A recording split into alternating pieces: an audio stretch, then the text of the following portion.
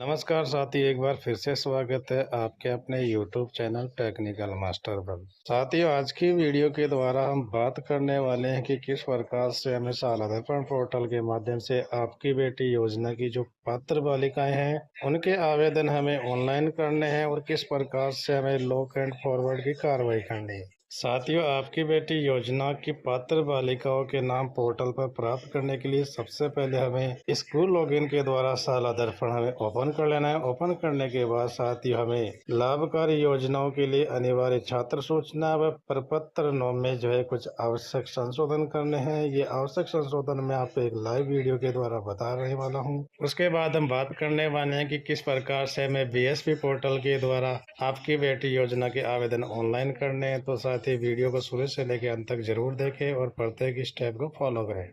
सबसे पहले साथी हमें करना है यहाँ स्कूल लॉगिन करने के बाद विद्यार्थी टैब में जो है हमें टैप करना है। टैप करने के बाद आपको यहाँ कुछ ऑप्शन दिखाई पड़ेंगे जहाँ हमें लाभकारी योजनाओं के लिए अनिवार्य छात्र सूचना का जो ऑप्शन है सिंपली इसका चयन कर लेना है। चयन करने के बाद जो है यहाँ आपको सेशन पहले से भरा हुआ दिखाई पड़ेगा। यहाँ आपको क्लास और सेक्शन का चयन कर लेना है और शो करना है।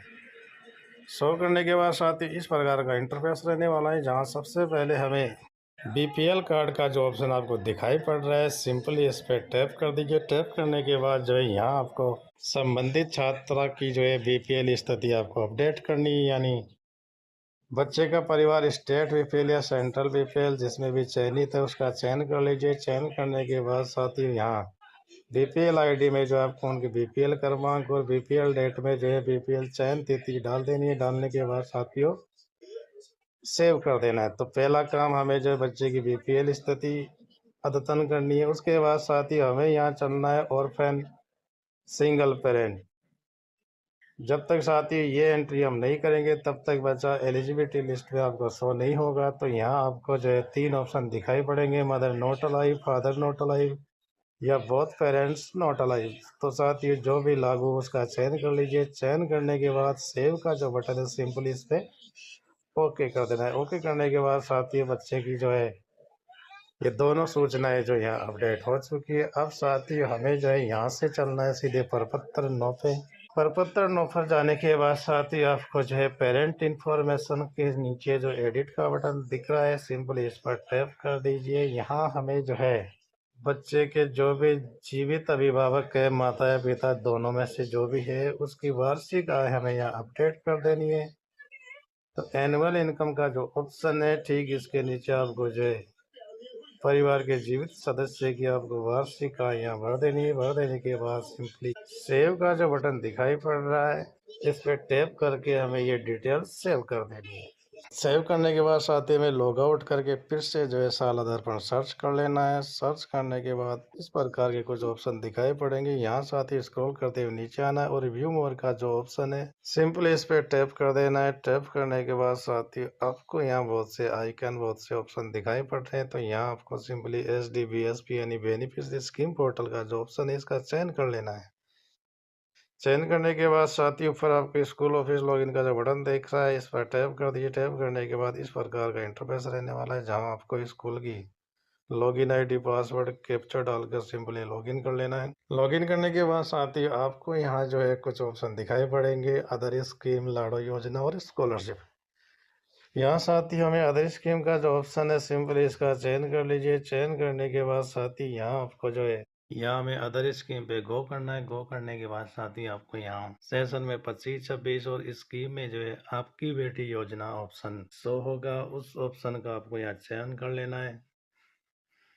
चयन करने के बाद साथ ही सिंपली हमें जो है सबमिट बटन पे टैप कर देना है। टैप करने के बाद हम यहाँ पहुँच चुके हैं आपकी बेटी योजना के पोर्टल पे। तो साथ ही सबसे पहले अप्लाई का जो बटन है सिंपली इस पर टैप कर लीजिए। टैप करने के बाद साथ ही यहाँ हमें कुछ टेबल्स हो रही है जहाँ आपको eligible, verified, pending, lock and reject आदि ऑप्शन जो यहाँ शो होंगे। तो साथ ही सबसे पहले हम बात कर लेते हैं कि किस प्रकार से हमें छात्रा का फॉर्म अप्लाई करना है। तो अप्लाई करने के लिए साथ ही कक्षा के सामने जो एलिजिबल ऑप्शन के नीचे आपको जो संख्या जो यहाँ दिखाई पड़ रही है सिंपली इस संख्या पे हमें टैप करना है।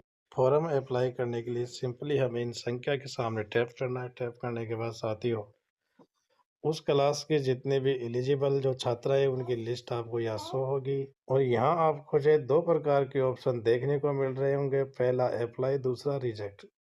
किसी कारण से आपको अगर आवेदन रिजेक्ट करना है तो सेलेक्ट रीजन वाला जो ऑप्शन है सिंपली इस पर टैप कर दीजिए। जो भी ऑप्शन आपके यहाँ लागू हो उस ऑप्शन का साथी आपको चयन कर लेना है और चयन करने के बाद साथी सिंपली रिजेक्ट का बटन जो है इस पर टैप कर दीजिए। इस प्रकार से आपका जो ये आवेदन रिजेक्ट हो जाएगा। अब साथी हम बात कर लेते हैं अप्लाई करने की। तो अप्लाई करने के लिए हमें सीधे अप्लाई का जो बटन दिखाई पड़ रहा है इस पर टैप करना है। टैप करने के बाद जो इस प्रकार से आपके सामने फॉर्म खुलेगा। इस फॉर्म में साथी आपको सभी डिटेल जो है यहाँ चेक कर लेनी है। चेक करने के बाद साथियों सेव एप्लीकेशन का जो बटन है सिंपली इस पर टैप कर दीजिए। तो इस प्रकार से हमारा जो ये फॉर्म अप्लाई हो चुका है। इस प्रकार से साथियों आपको एप्लीकेशन सेव सक्सेसफुली का एक मैसेज दिखाई पड़ेगा। अब साथी इसको कर देना है क्लोज।